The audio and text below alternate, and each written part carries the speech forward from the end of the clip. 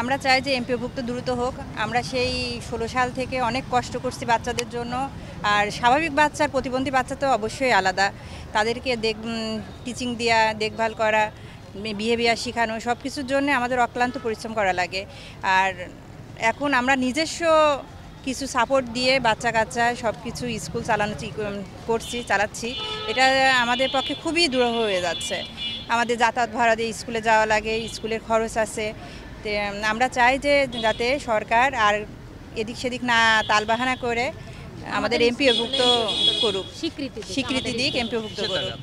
মন্ত্রী পরিষদের মাধ্যমে গত 17 জানুয়ারি আমাদের বিদ্যালয়গুলো এমপিও স্বীকৃতি দেওয়ার জন্য সমাজ কল্যাণ মন্ত্রণালয়ের নির্দেশ দেওয়া হয়। তারই প্রেক্ষিতে এখন পর্যন্ত আমাদের এই স্কুলের স্বীকৃতি এমপিওর জন্য কোনো পদক্ষেপ গ্রহণ করে নাই। এরই প্রেক্ষিতে আমরা একই যোগে সারা জেলায় বাংলাদেশের 64 জেলায় জেলা প্রশাসকের মাধ্যমে প্রধান উপদেষ্টার কাছে আমরা এই এমপি স্বীকৃতির জন্য এই শান্তিপূর্ণ মানববন্ধন করছি। আমরা আপনাদের মাধ্যমে জানাতে চাই প্রধান উপদেষ্টাকে আমাদের এই স্কুলগুলো দ্রুত স্বীকৃতি এমপি দেওয়ার জন্য। আমরা সারা বাংলাদেশে 1772টি প্রতিবন্ধী স্কুল আছে, সেখানে প্রায় 10 লক্ষ অসহায় প্রতিবন্ধী বাচ্চারা লেখাপড়া করে সম্পূর্ণ বিনা খরচে। আমরা এই বাচ্চাদের লেখাপড়া সব যাবতীয় খরচ আমরা বহন করি। দুঃখের বিষয়, এই 10টা বছরে আমাদের বাংলাদেশে অনেক স্কুল এমপিও স্বীকৃতি হয়েছে, আমাদের এই প্রতিবন্ধী স্কুলগুলো কোনো এমপিও এবং স্বীকৃতি হয় না। দুঃখের বিষয়, আমরা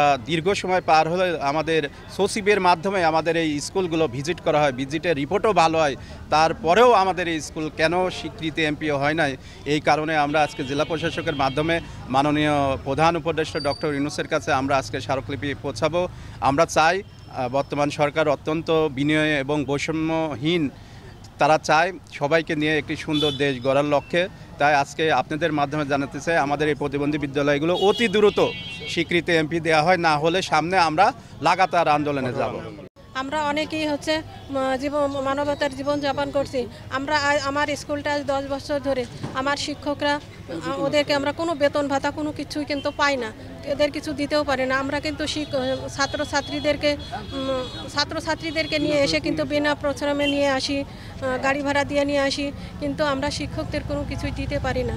কিন্তু আমরা আজ থেকে 5 বছর হয়েছে, এখন আমরা চাচ্ছি আমাদের খুবই দ্রুত এমপিও স্বীকৃতির জন্য আমরা এই মানববন্ধন, শান্তিপূর্ণ মানববন্ধন করছি।